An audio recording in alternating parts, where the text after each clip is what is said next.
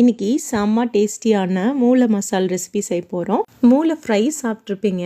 இந்த மாதிரி மூளை மசால் செஞ்சு சாப்பிட்டு பாருங்கள், கண்டிப்பாக உங்களுக்கு பிடிக்கும்.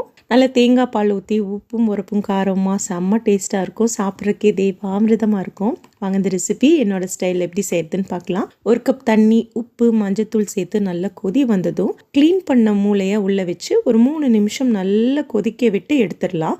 இது நல்லா ஆறுனதுக்கப்புறம் நடுவில் கீரல் போட்டு எடுத்துக்கோங்க. முட்டையிலலாம் நம்ம கீரல் போடுவோம் இல்லையா, அதே மாதிரி தான். ஒரு அரை வேக்காடு வெந்தால் போதும். ஏன்னா நம்ம கிரேவி ப்ரிப்பேர் பண்ணி கொதிக்க வைக்கும் போதே இது நல்லா வெந்து வந்துடும். இந்த அளவுக்கு நல்லா ஆழமாக கீரல் போட்டுக்கோங்க. அப்போ தான் அந்த மசாலாலாம் உள்ளே இறங்கி டேஸ்ட்டாக இருக்கும். 3 டேபிள் ஸ்பூன் வரமல்லி, 1/2 ஸ்பூன் சீரகம், 1/2 ஸ்பூன் சோம்பு, 1 ஸ்பூன் மிளகு, கொஞ்சமாக கருவேப்பிலை சேர்த்து நல்லா ட்ரை ரோஸ்ட் பண்ணி பொடி பண்ணி எடுத்துக்கலாம்.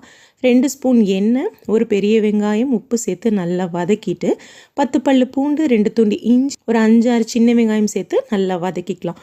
ஒரு பழுத்த தக்காளியும் கட் பண்ணி சேர்த்துக்கோங்க. 1 ஸ்பூன் மிளகாய் தூள், 1 ஸ்பூன் மல்லித்தூள் சேர்த்து நல்லா தொக்கு பதத்துக்கு வதக்கி எடுத்ததுக்கப்புறம் ஒரு 1/2 டம்ளர் தண்ணி சேர்த்து நல்லா கொதிக்க விட்டுடுங்க.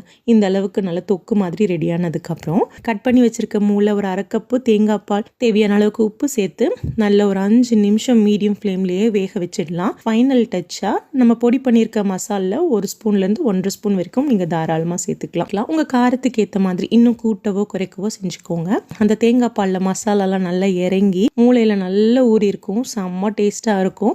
இந்த ரெசிபியை கண்டிப்பாக ட்ரை பண்ணி பாருங்கள். ட்ரை பண்ணி பார்த்துட்டு எப்படி இருந்துச்சுன்னு உங்கள் ஃபீட்பேக்ஸ் அண்ட் கமெண்ட்ஸை என் கூட ஷேர் பண்ணுங்கள். தேங்க்யூ.